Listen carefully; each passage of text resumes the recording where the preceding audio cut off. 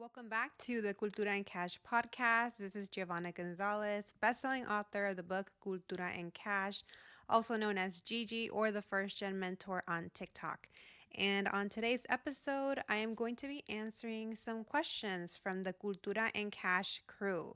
So, for those who don't know about the Cultura and Cash crew, they are my advanced readers for my book. My book was published in January 23rd, and they actually got advanced copies to my book in December. So they're my advanced readers. And this is a very unique opportunity.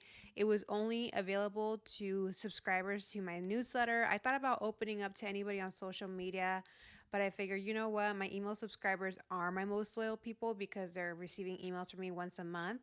So I decided to only leave it open for that community. And I was only expecting, honestly, 20 applications. We got over 100 applications. We were initially going to just accept 50 people because it was a lot of people to manage, but thank God I had the support of my wonderful project manager, Vanessa, and I think we allowed 85 people into the Cultura and Cash Crew. So yeah, they got lots of sweet perks for being advanced readers of my book, helping me hype up the launch. And one of the perks was having this exclusive podcast episode where I answer some of their questions. Let's see here. All right, let's get into the questions. So the first one is from Araceli. Her question is, since releasing your book, what has been the most unexpected experience or opportunity? The most unexpected experience, I'd say, is I feel very overwhelmed in a good way by the positive, by the love, by the positive reviews I'm getting about the book, how well it's received.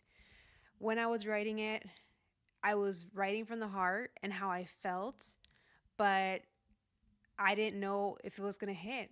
I didn't know if it was going to resonate. I didn't know if people were going to think I'm being too critical of our culture, or maybe I was too white in the way that I was encouraging people to have a bicultural approach to their money. But instead, my ideal reader, who I wrote this book for, a first gen Latina, has been very impacted. I keep getting lots of DMs. There's, last time I checked, 76 5-star reviews on Amazon, of positive feedback of how much this book resonates. And I did not anticipate that much love.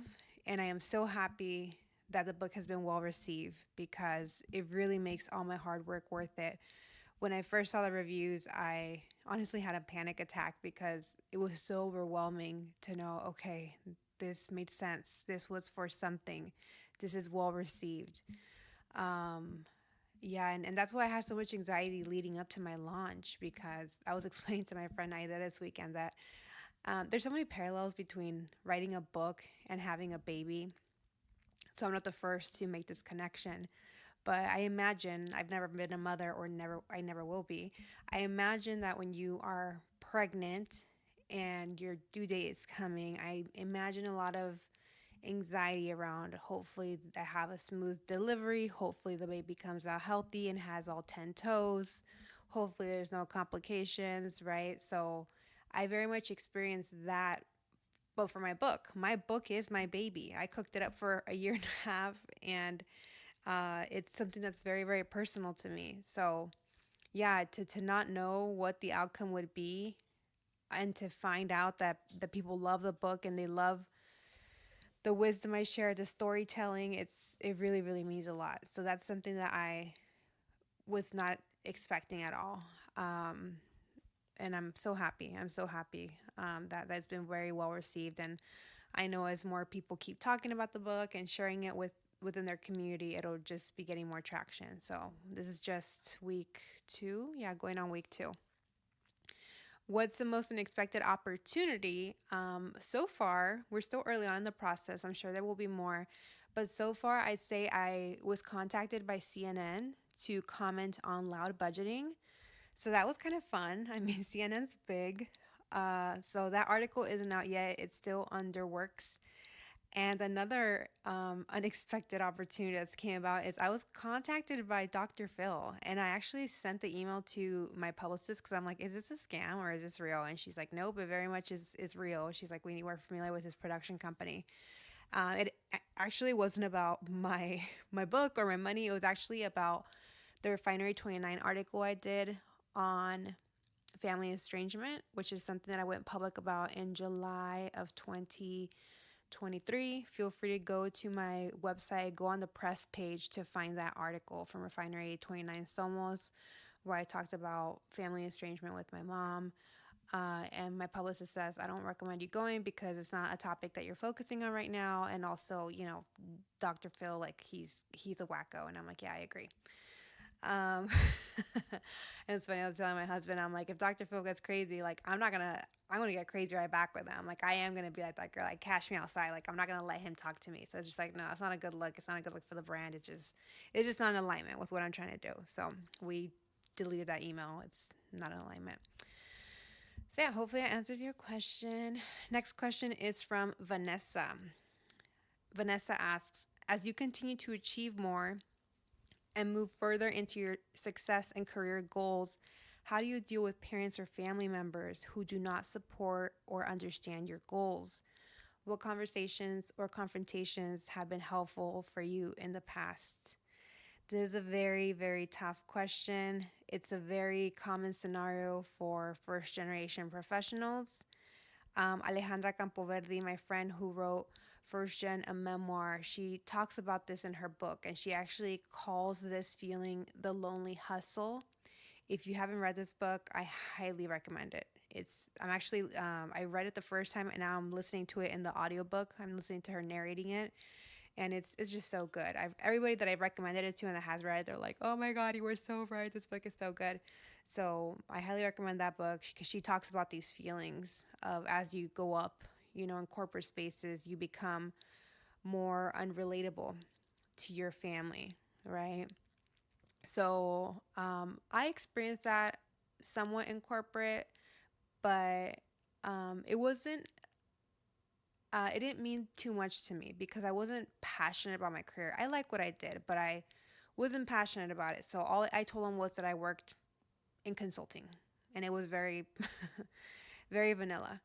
Now that I love what I do want to tell them all my future goals and dreams. And I have made a video about this, right? Have you guys seen that? It was a TikTok and a reel where I'm like me telling my Mexican grandmother my my like long-term dreams and goals for my career, and I'm doing a dub on I think it's DJ Khaled that he's saying, I want the nice house, I want the house on the water, I want to smell clean, I want to be fresh, something like that. And then it's Larry, is it Larry King David, is that his name? Oh my god, I don't know if I'm butchering it. R.I.P. I think it's Larry King David. um he says, how did you gain all that weight? So that was his response to DJ Khaled, like saying all these hopes and dreams. And I said, this is what my Mexican grandma, she'll be like, and why are you overweight? Or porque te ves más gorda, was what I wrote in the TikTok. It's funny. I did that one this summer. Because that's been my experience when I share big, big goals, they'll just change the subject and talk about something else because it's not as interesting to them. So at first it was really hurtful, but I've learned to just kind of be patient with them because somebody like my grandma, who was a housewife her whole life, how can she relate to what I'm doing now as an entrepreneur slash author slash speaker? It's just a different world. Um, Here, I wanted to share a little bit about how each family member feels about my success and career goals. As a lot of you know, I'm estranged from my mom. She's a toxica. We are estranged because she's physically abusive. But before I cut off ties with her, I was made aware that she did not like the work I was doing as the first gen mentor, and that she thought I was poisoning young people's minds. So again, imagine how that feels, like knowing that you're making an impact in your community, but your mom's not supportive. So it's been better for my mental health to cut her off and to not let her have access to me if she's not going to be supportive. My aunt Patty, who I'm very close to, and I dedicated the book to, as well as my grandma. Um, Patty's funny. She's very supportive. She came to my book launch party, and a lot of people met her. We had a great time when she was here in Chicago. But Patty's she's supportive in the sense that she sees me getting all this press. You know, I was mentioned in the Seattle Times as one of the top 5 books for financial wellness, and she's seeing all the clout that I'm getting, and she's very proud. She is very proud. She tells me that, but she still also tells me, like, oh, maybe like your messaging should be, okay, this book is for Latinas, but everybody can learn. So she doesn't understand. I'm like, I can tell you haven't read the book. Because I'm like, it is not a book for everybody. So she's funny in that sense where she is happy, she's supportive, but she still doesn't understand my mission. And that's a little frustrating for me, although I understand it a bit because she unfortunately leans a little conservative. So that's why she doesn't understand the importance of talking about the intersection of money and my bicultural identity. My grandma, my nana, I love her so much. Again, now that I'm very passionate about what I do, I want to tell her what I'm working on and why I'm so excited and the cool stuff that I'm up to. And like just a couple weeks ago, she was like, "Oh, so do you still go to the bank? Like, are you still working from your home office, or do you have to go to the bank in person?" Because my last corporate job, I worked. She thinks I worked at a bank, and I said, "Grandma, I have been working for myself for over 2 years now. I don't go to a bank." "Oh, I thought you did." I said, "No, I don't." I said, "I work for myself. I'm an entrepreneur." Um, so I think she understands what I do now. I've sent her pictures of me speaking on stage. I've sent her articles of me being quoted. I sent her segments of me on TV. So I think she understands I don't work at a bank now. And then my brothers. Oh, and I will say, I will add, my grandma is very supportive now that the book is physical. This whole time I was telling her I was writing a book, and I feel like she didn't believe me. But now that I showed it to her, she's like, crap, you wrote a book. So now she tells me she's very, very proud of me and that she loves me very much. My brothers, my 2 brothers, are not supportive. They bully me because they tell me that my TikTok following hasn't grown in 2 years. They completely ignore the fact that I've been writing a book for a year and a half. So that's disappointing. They didn't come to my book launch party. They didn't text me to congratulate me about the book being out. Honestly, people were like, "Why are your brothers haters like that?" Because we were closer a few years ago. Some people that are close to me and know the family dynamic, they think that it's my mom kind of poisoning the well.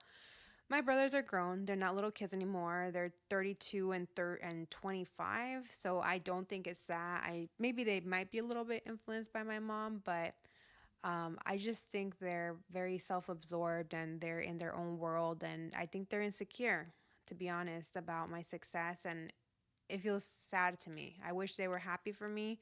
I don't need them to be happy for me, but I wish they were happy for me. And the fact that they aren't just to me shows me that they're not happy where they are in life, that they can't celebrate their big sister. But it is what it is. Let's see here. And then I wanted to share again, not everybody is a hater. My uncle, who's my Aunt Patty's husband, my Uncle Chris, he's extremely supportive. He also came to my book launch party and constantly texts me how proud he is of the impact I'm making.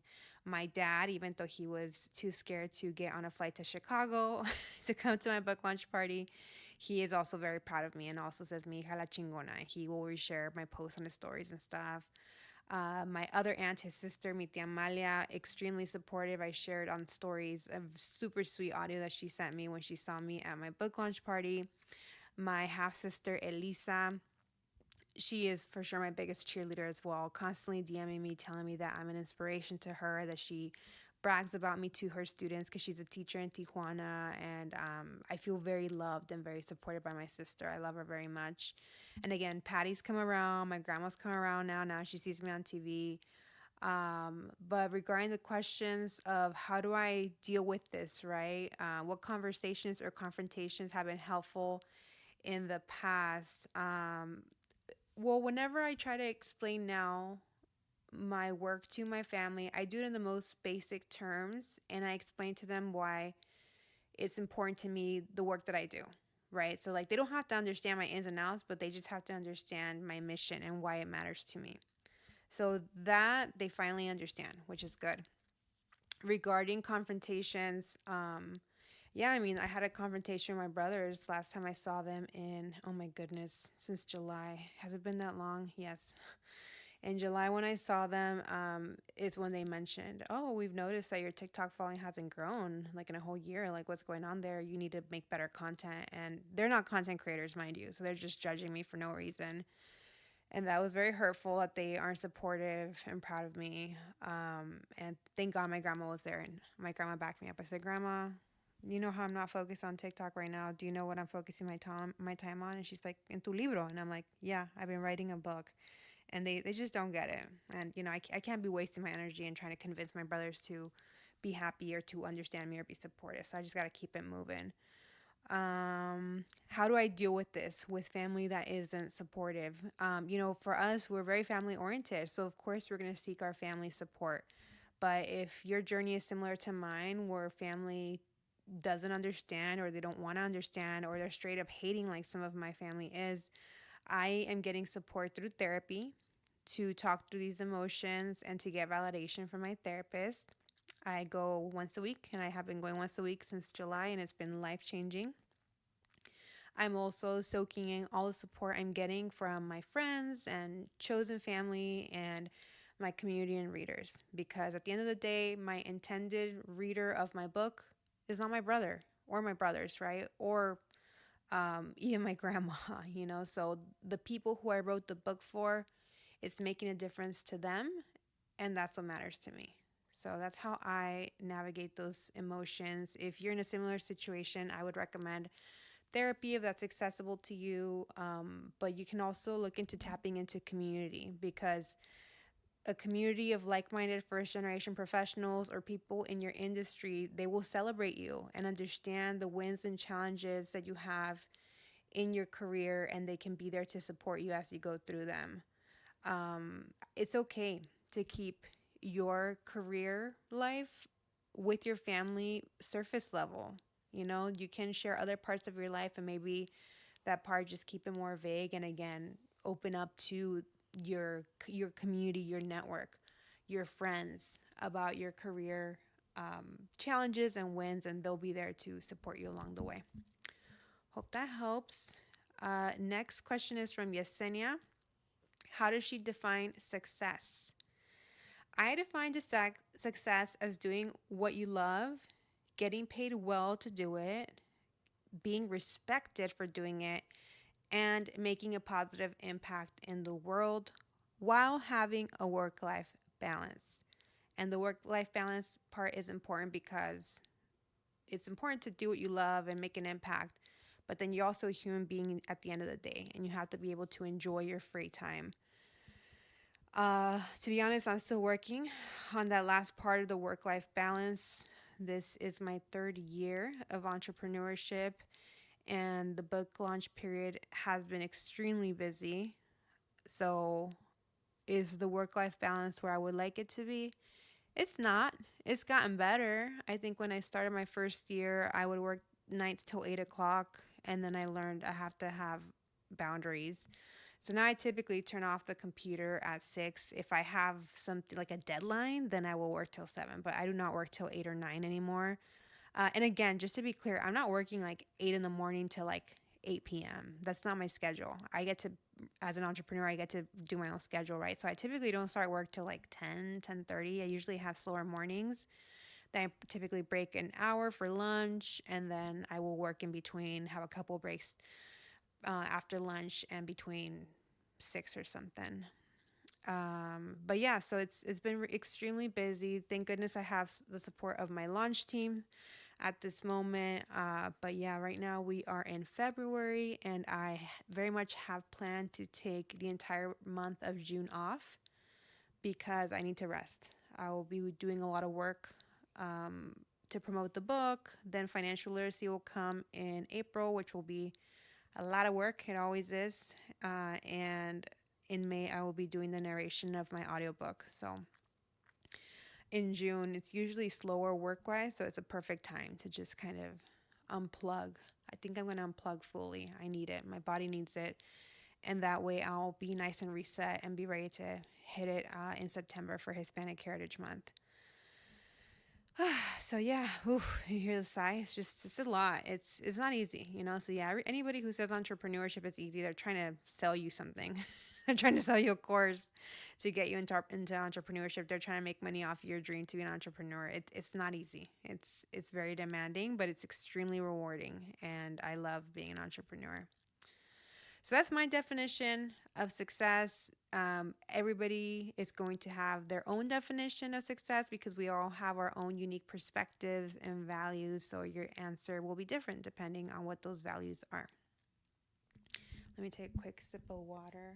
I don't know if you guys have noticed that these episodes are not edited. Again, I'm not there yet. I will get there soon, post book launch. But for now, we're just going to roll with the unedited version. Next question is from Emilio. He asks, can you talk about how to balance student loan debt and saving for retirement? Great question.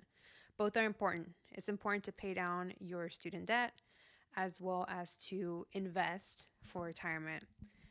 And it can be hard because, especially if you got through the book Cultura and Cash, you know that the earlier you start investing, the better it is because of the way compound interest works. It's exponential growth, not linear. So the earlier and the more aggressive you are in the beginning, the less you have to do later, right? The money works harder for you when you invest earlier. But that can be hard to balance if you have significant student loan debt. So I understand that. I understand, should I do more towards investing for retirement and do my minimum payments on my student loans, or should I focus on paying off all my student loans and then starting to invest in retirement? No, no, do not wait until you are debt free to start investing, especially if at your workplace you have some sort of match, right? So if you have a 401k or a 403b and they offer you a 3% match, 5% match, 6% match, whatever it is, please, please, please consider investing at least up to that match so you get that free money. And then maybe if you are able to afford, continue paying the minimum payment on the student loans. Typically, student loans, as long as they're federal student loans, they're typically low interest rate, where if it's a private loan, it'll probably be a little bit more. I would definitely be more aggressive with a private loan or the Parent Plus loans because those cost more money. But if it's your student loan, typically you'll be okay paying the minimum payment at first. If you still have money left over, instead of putting more money into a 401k beyond the match, think about adding a Roth IRA, or rather, opening up a Roth IRA. And the reason for that is because the tax treatment for Roth IRAs and 401ks is different. For Roth IRAs, you pay taxes now and you don't pay taxes in the future. And the reason that you should consider doing this if you're entry level at your job is because right now it's likely the lowest your salary will be. The point of you being in a career is for you to increase your income over time. So if you're on the entry level spectrum of your salary, this will be the lowest taxes you'll ever pay. As you go up in your salary, you will pay more taxes because your income's higher. So it makes sense to open a Roth IRA while you're young, add as much money as you can to it to invest for retirement, and then you don't have to pay taxes later. Hopefully that helps. I don't want to get too much into this question because I can make a whole episode, and I will make an episode about this eventually. But for now, at least, like I said, pay enough to get that match at work. At least pay your minimum balance on your student loans. If you have a little extra money after that, add it to a Roth IRA. And the other note that I have here is I wish I had been more aggressive with my loan repayments. I was okay with the 10-year schedule. I just thought that that was normal. And uh, just because you have a 10-year schedule doesn't mean you have to wait 10 years to pay off your loans. So I very much, now knowing what I know, how debt held me back in other parts of my financial picture. It held me back from being able to build savings, from me being able to invest more money, to plan for other goals because my money was going to my debt. I wish I would have been more aggressive in repaying my debt. And I actually did. I did end up paying my student loan debt before the 10 years. I think I paid it 2 years early. So after 8 years instead of 10, because I started learning about financial literacy and I really started overpaying, paying way more than the minimum balance or the minimum payment rather. But I could have saved a lot of money in interest if I would have been more aggressive, and I could have been debt free sooner. And the way that I wish I would have done that before would have been by increasing my income. So at work, you can increase your income by doing overtime. If you're eligible for overtime, if you're due for a raise, speak to your manager about increasing your compensation. If that doesn't work, and or actually also think about side hustling. Honestly, it is so easy to side hustle these days more than ever. You can be a virtual assistant on Fiverr. There's a lot of things that you can help people with. You can do Instacart, Ubering, TaskRabbit to help set up furniture, dog walking, dog sitting. That's probably what would have been my go-to, dog sitting. Have somebody drop off their dog with me for the weekend, and I make $300. I have to hire dog sitters when I take a vacation. And yeah, last time that we were gone for, I think it was a week and 10 days. 10 days we went to Italy. It was $1,000. So that's nice. Like, especially if it's an easy dog like mine that she's house trained, she doesn't bark. That's a nice way to make money, especially if you're an animal lover. So I wish I would have done things like that don't require putting on an apron and serving tables like I used to in my 20s, because that's work. I didn't want to go to a restaurant, but there's a lot of ways to make money from home these days, and I wish that I would have taken advantage of that to be more aggressive with my debt payoff. So I hope that you take this advice and are inspired to do some side hustling of your own. It doesn't have to be forever. If you end up being overwhelmed because you have your full-time job and your side hustle, then cut back. But at least you know that option is there for you. Next question is from Angeli, and I hope I'm pronouncing it right. I'm sorry if I'm not. Question is, what are your tips for sharing our journey to financial freedom with our loved ones? For example, how do I start the conversation with my younger primas so they don't have the burden that I did in learning everything on my own? Number one, gift them Cultura and Cash. Of course, I'm going to plug the book. I wrote the book in a way where it should be accessible to somebody in high school or somebody in college or somebody right after college.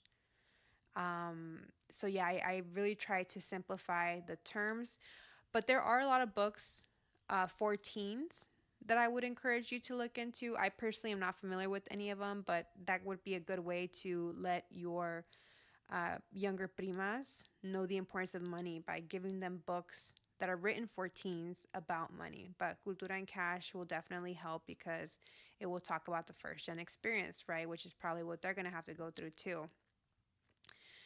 Depending on their age, let's say that your prima is in high school, I would say that's a very appropriate time to talk to them about being smart with money, especially if they're of working age. I know when I first started working at 17, nobody had talked to me about what to do with my paycheck. So my paycheck, it was new money, and I just wanted to spend everything I had. And I spent it on trips, on purses, on expensive Gucci sunglasses that I had no business spending money on. But I didn't know any better, right? So what was I supposed to do? So that's what I would do if I had now like a younger prima. Talk if she has a little side job, the part-time job while she's going to high school. Tell her that it's great that she's making a little income, but it's important to think about the future. So there's a couple ways that you can approach this.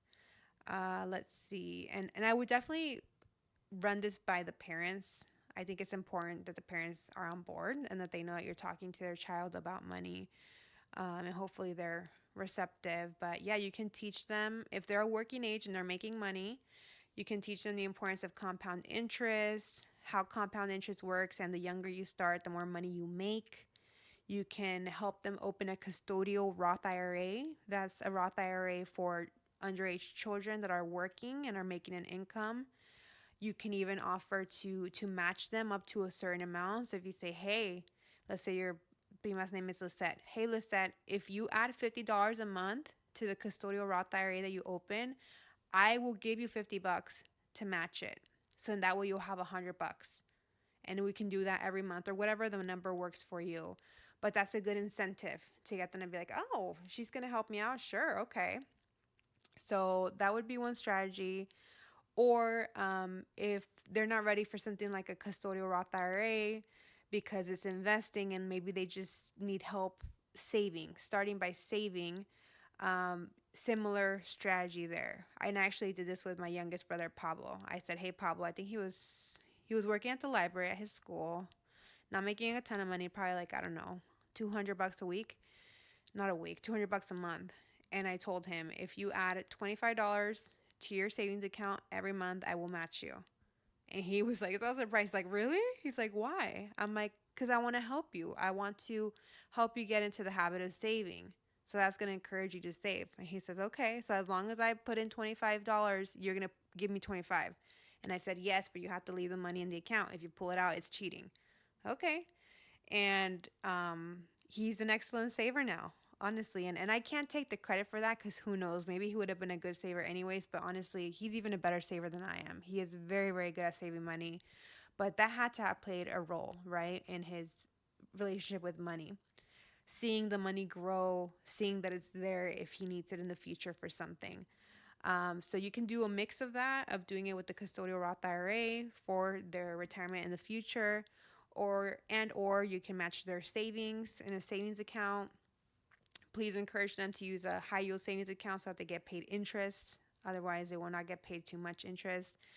And then lastly, you can consider adding them as an authorized user on your credit card. I do talk about this on the book as a way to help the future generation do better with money. You can explain what credit is and the importance of credit, how it helps you get approved for apartments, to buy a new MacBook, to get an auto loan for a car, things like that. And if they meet the age requirements of your credit card, then you would be allowed to add them again with the parents' approval, just so that everybody knows. And that way they get to piggyback off your good credit. So as long as you're responsibly handling credit, they would benefit from your positive spending habits, right? And the trick here is to not give them a credit card. So I talk about this in the book too. Like, you can take the chance of trying to really micromanage and explain to a teenager how to manage credit. I personally have a very full plate as it is. So I would just add them to my credit card with their consent and the parents' consent as an authorized user. They will send you a card. You never have to give them that card. They don't have to actually use the card for them to benefit from credit building by being added as an authorized user to your account. And lastly, here, once they're older and working professionals, you can still do all these things that I mentioned, but I would also take it a step further and help them review their workplace benefits. I'm sure a lot of you struggle with that, as I did when I was a first generation professional. My parents never got access to workplace benefits, so they couldn't help me navigate workplace benefits, like what type of insurance to sign up for, an HMO or a PPO. Should I open up an FSA or an HSA? Should I get life insurance? Saying that I have life insurance available to me. Should I get dental insurance? All these things, right?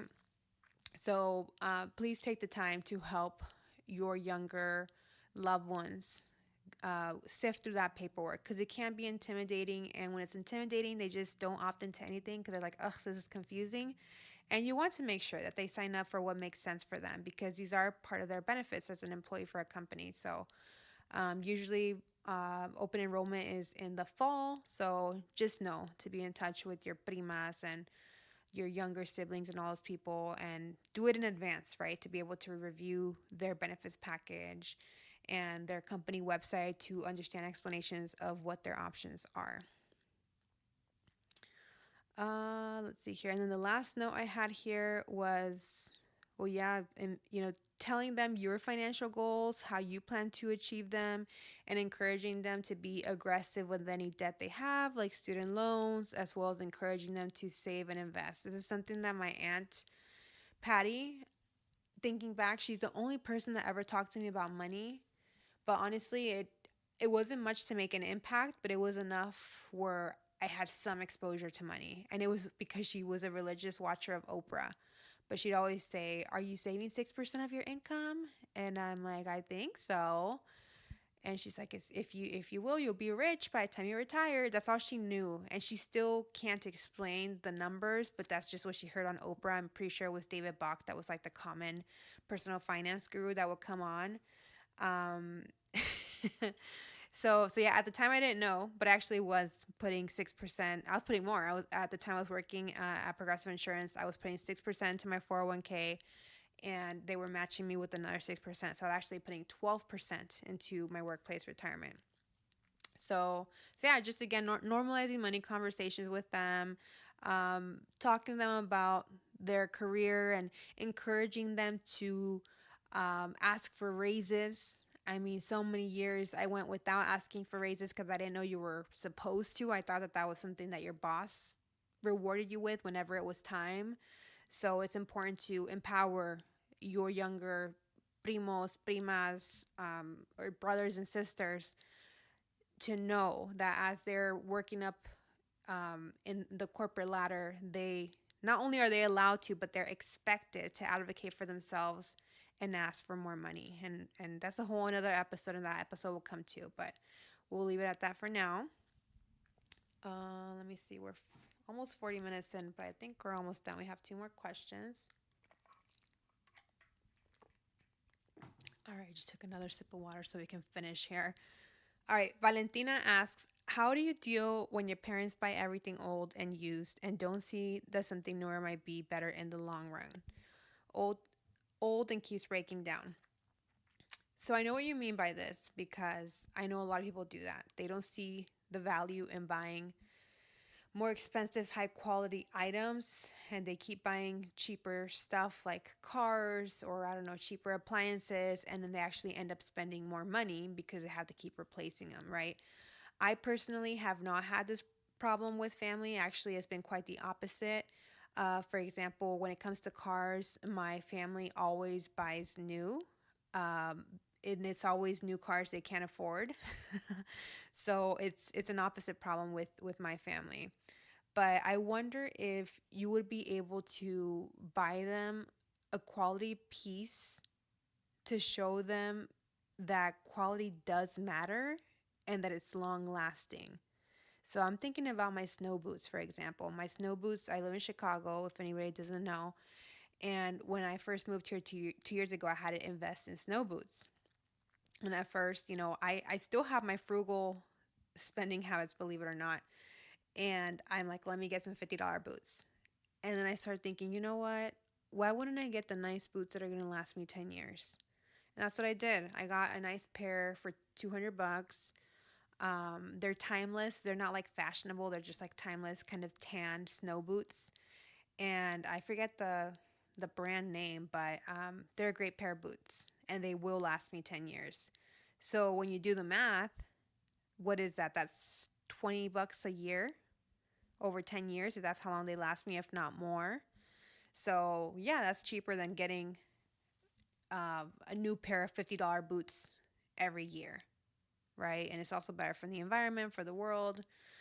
You can also do the math with them and show them, so if they have one, if you're thinking about one thing specific, let's say a refrigerator, they keep buying old refrigerators or old washers and dryers and they keep breaking down, they're constantly having to fix them, do the math with them and show them how they could be saving more money if they bought new and didn't have to do as many repairs, didn't have to replace it as often, and seeing the math might convince them. But if you have the ability to give them something of quality, like a nice jacket or like I said, a nice pair of shoes or something that they wouldn't buy for themselves, but you can afford to give them, that might be a good way to show them, hey, quality does matter and it actually could save you money over the long run.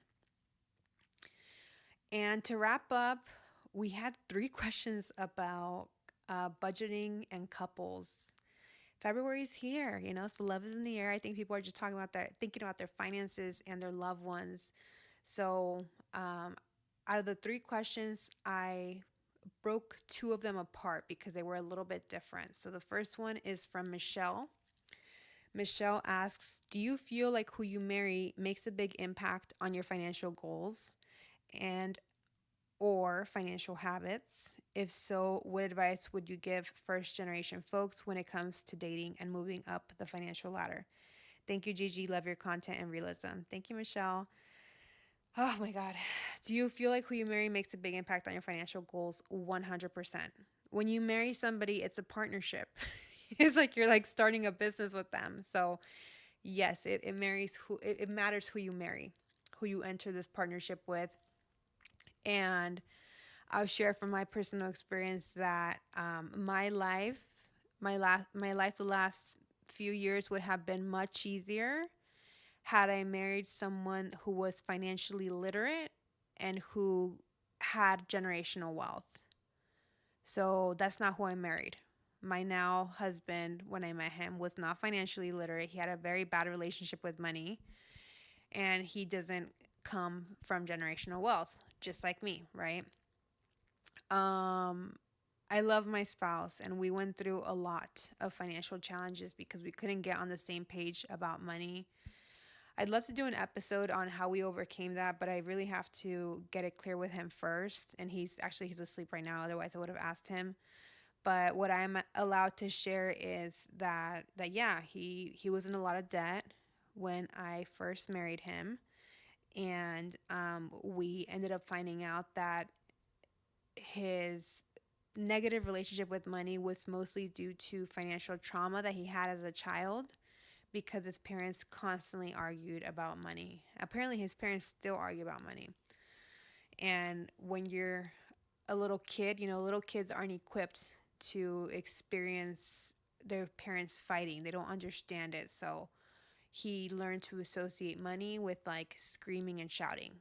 So to his little 6-year old brain was like, money's bad. Money's bad. We don't talk about money because it's just problems and they're screaming and shouting. So we learned that through therapy. Thankfully, he was open to go into therapy and to work on his mindset and heal his money wounds. And since then, we're finally on the same page. But how long have we been together? I think we're going on 7 years in July. Oh my goodness. Yeah, 7 years. And the first 4 years were really challenging because we couldn't get on the same page. So yeah, we've been together 7 years, but married, oh my God, going on 3. Oh my God. Yeah, married going on 3 this April.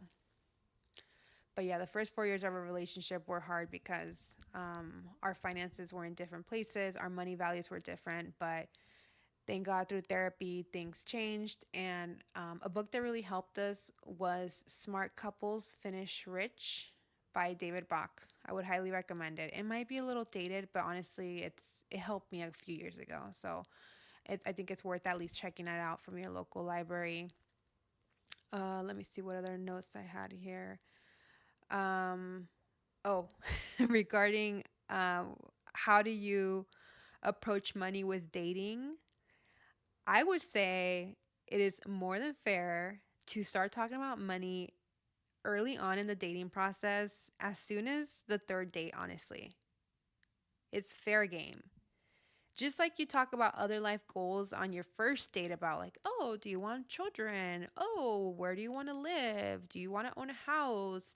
What are your career goals? The money talk is more than fair because you want to move forward with a person who shares similar money goals and similar money values. How would you work that conversation in? Because I know it can be tricky. This would be something that I would use. I haven't gone on a first date, unfortunately, in years, but this is how I would approach that conversation. I would say, hey, I'm working on my financial journey right now. I'm reading a bunch of financial literacy books, and I'm learning that it's going to be important that I meet somebody who shares similar money values. Can we talk about that? And see how this person is, right? If they immediately shut down and, oh, I don't like to talk about money, that's a red flag. That's a red flag. I'm not saying write this person off and block, delete, and report, but it's definitely somebody that isn't in tune with their money, right? And you can ask them, like, oh, are you uncomfortable talking about money? And find out more that way.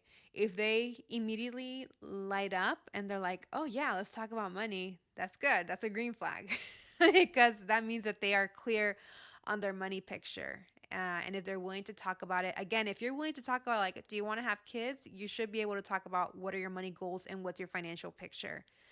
So I very much wish I had had this discussion with my now husband sooner. We didn't have the money discussion until 3 months into our dating, and it was too late. I was already in love. And I tell people, don't make the mistake I made.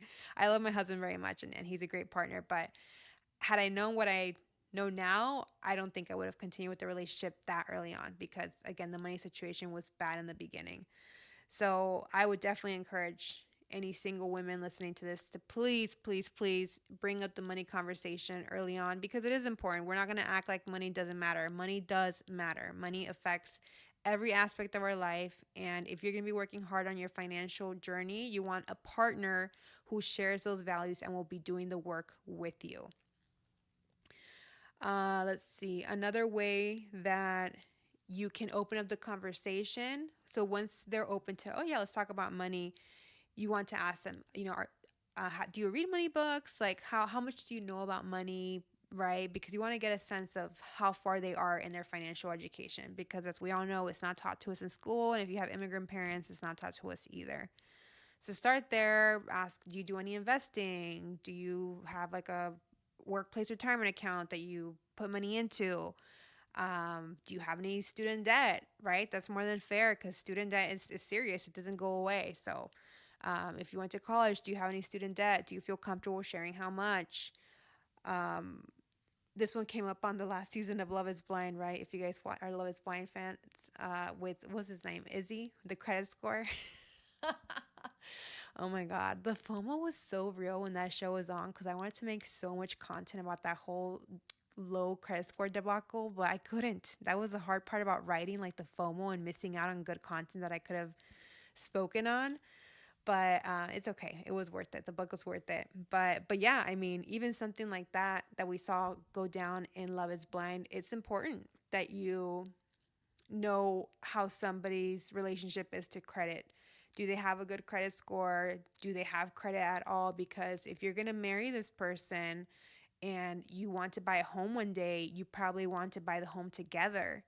And if one person has good credit but the other one has bad credit, that's going to affect the type of financing that you're going to get.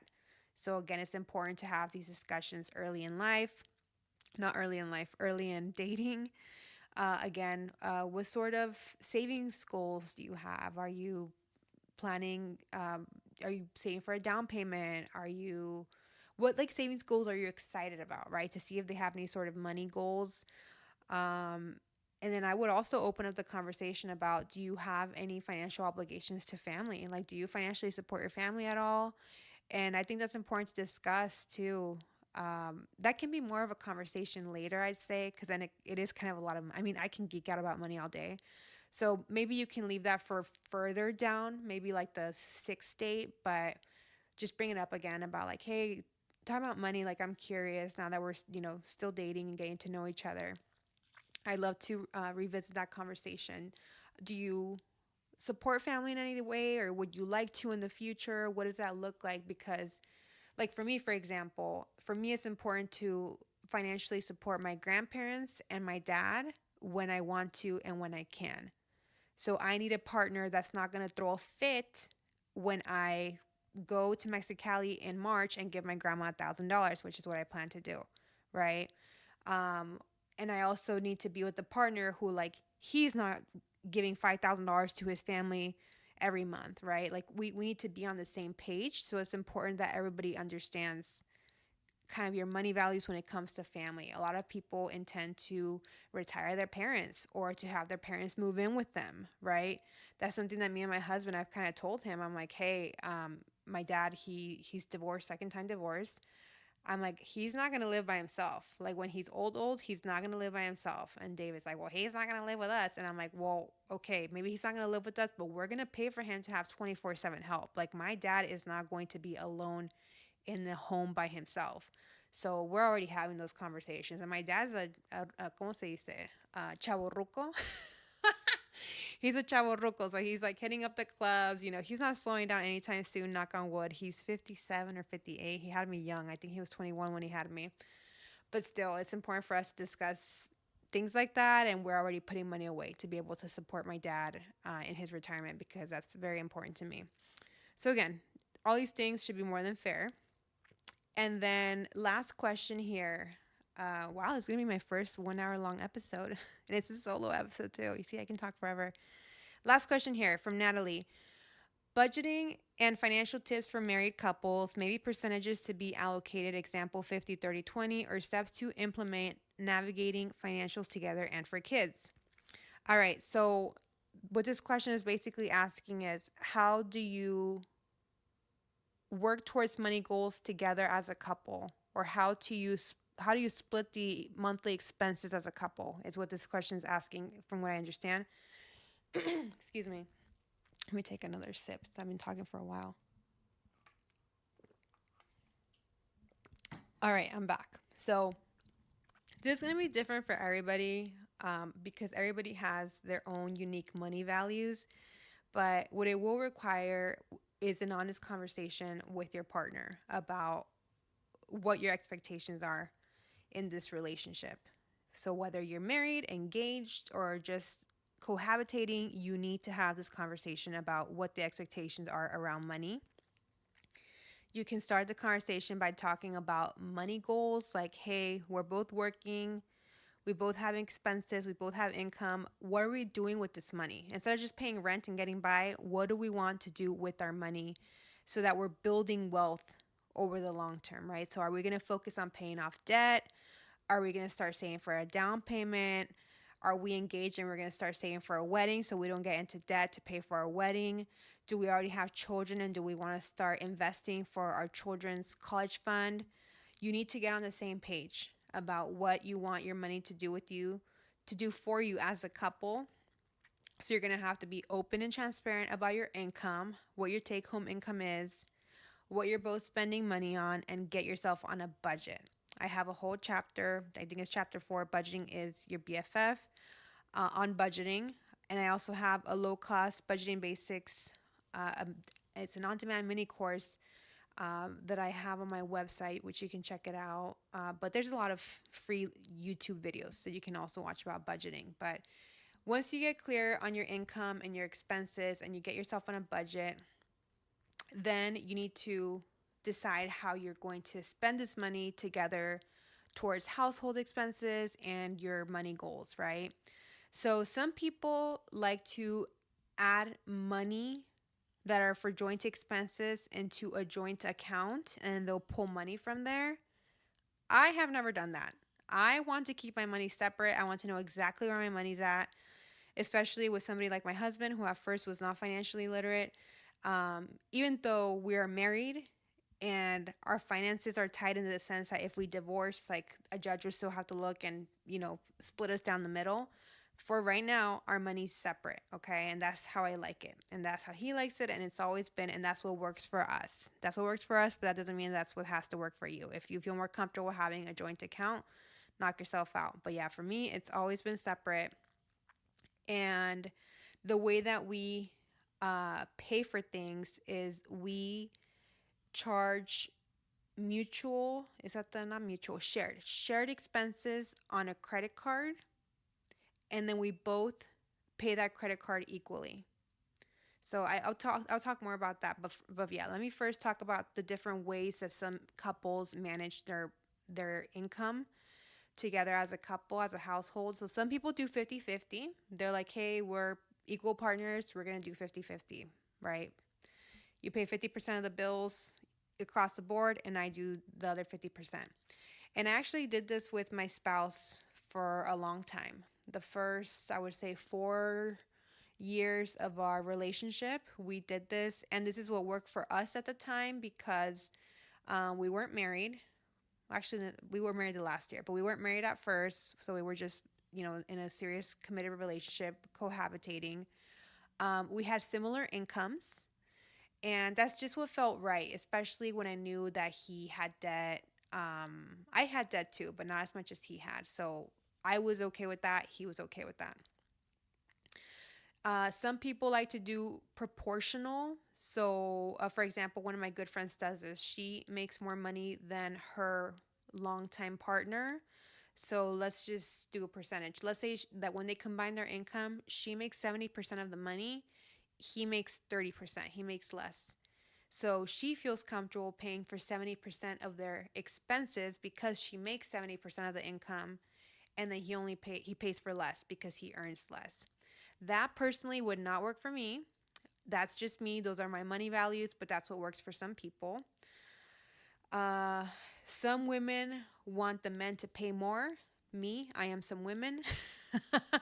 Some women are okay with paying more than the men. That's not me. And again, if that's you, that's fine. You do you, right? So, like I mentioned earlier, for me, I first started doing 50-50 with my then boyfriend because he had a lot of debt and our salaries were similar. When I took the leap from corporate baddie to entrepreneur in June of 2021, we had a conversation, right? So even though I had savings to explore this interest of mine, this passion of mine to teach financial literacy to others, I knew that it was like I was gonna have like financial uncertainty, right? Like what kind of money am I gonna make? When am I gonna be profitable? I didn't have any answers, right? I just knew that I had to explore this, and I knew that I would no longer have access to my workplace insurance that I had with Northern Trust, my health insurance. So I couldn't be added to his plan. At this point, we were married. I couldn't be added to his plan because it was too expensive. So it was actually going to be cheaper for me to get on the exchange for health insurance because I did not want to risk being without health insurance. And anybody listening here, please make health insurance a priority because life happens and you like medical debt is the number one reason for bankruptcy in this country because it's just ridiculous how expensive medical costs are. So please do not go without health insurance. Look for ways to get accessible health insurance. And for me, the first year I did it on the exchange, and I asked him to pay for it. So the conversation we had was, "Hey, David, I've held you down for years. I've been okay with paying 50-50. I've been okay with paying for moving deposits every time that we've moved because you've had zero savings and I've always had savings. I've been okay with using my credit to apply for housing because your credit was bad. I've been okay with using my car because your car was repossessed. More on that later. More on that on another episode. So again, I've been holding you down. I've been holding you down, and now that I have the opportunity to pursue this passion of mine, it's your turn to be a partner to me and hold me down." And I'm very fortunate that my partner is a very supportive partner. He said, "Yeah, absolutely. What do you need?" I said, "Perfect. Glad we're on the same page. What I need from you is to pay more in rent so that I can, have lower expenses while I'm figuring out my business." So since I've been an entrepreneur, he pays more in rent. And I'm going to continue it being that way because I'm still reinvesting in my business. So he pays, let's say, 2/3 of the rent. I probably pay a third. That probably makes sense. And then he also pays for my health insurance up until recently, actually. Up until recently, I said, "Hey, I'm at a point in my business where I can start paying my half of the health insurance." And he said, "Are you okay?" He said, I don't mind paying." And I said, "I know." He makes good income, right? So I said, "I know, but I can help out. And I know that you have other savings goals, so I want you to use that money for other savings goals." So that's pretty recent. As of the last month or two, I started paying for my health insurance again. And now I have him pay for all our takeout. So we are big foodies. That's the number one thing that we spend money on. We don't really go to bars. We don't really do a bunch of shopping, but we love eating out. And I told him to when I went to entrepreneurship. I said, "I need you to pay 100% of our takeout expenses." And he said, "All right." And we've been on a budget, and it's been great. Regarding the household expenses, things like groceries, cleaning supplies, dog food, all those shared expenses as a couple that lives together, those we do split in half. And that's what works for me. So again, just sharing this so that you can kind of see different strategies. Some people prefer, I know my parents, they did where my mom paid the mortgage and then my dad paid all the other bills. So he paid for groceries and the utilities and everything else. So it's just whatever works for you. Test out different things, but be open with your partner about what kind of support you need and what kind of support makes you feel safe. For me, it makes me feel safe to know that my man is paying more in rent and that he's taking care of the food, which was a big expense for us, and that for a long time he paid for my insurance. And I'm so proud of him because he really has transformed his finances. He's put in the work. For some women, they want to be, no, I want to know that I'm an equal partner at all times, and I always want to do 50-50. You do you, boo. That is not me. What did little Kim say? Why spend mine when I could spend yours? That's my philosophy, right? Like, let him spend the money. There is a women's and a Latina pay gap. Okay, so there's also a pink tax. So there's a lot of reasons why I have this man pay for things. So yeah, that's the end of the questions. If I missed your question, I am sorry. These were the questions I had when I checked the document with the form that asked for these podcast questions. I will look through it later, and if I did miss any, I will answer them on our Discord channel. Lastly, if you enjoyed this episode, please follow and rate. There will be new episodes every Monday. I like this cadence of every Monday because I get a little free time on the weekend to record a quick episode. If you enjoyed this episode, screen record your favorite part of the episode, post on IG stories, and tag me so I can show you some love. And lastly, go to culturaandcash.com to learn more about my best selling book, Cultura and Cash. I've done some updates to the website, culturaandcash.com. I added some book tour dates so that you can mark your calendar when I'll be in your city, and I will continue to add more events. We are cooking up a lot behind the scenes, but the ones that you see on the website are the ones that are confirmed. Thank you for listening, and catch you next time.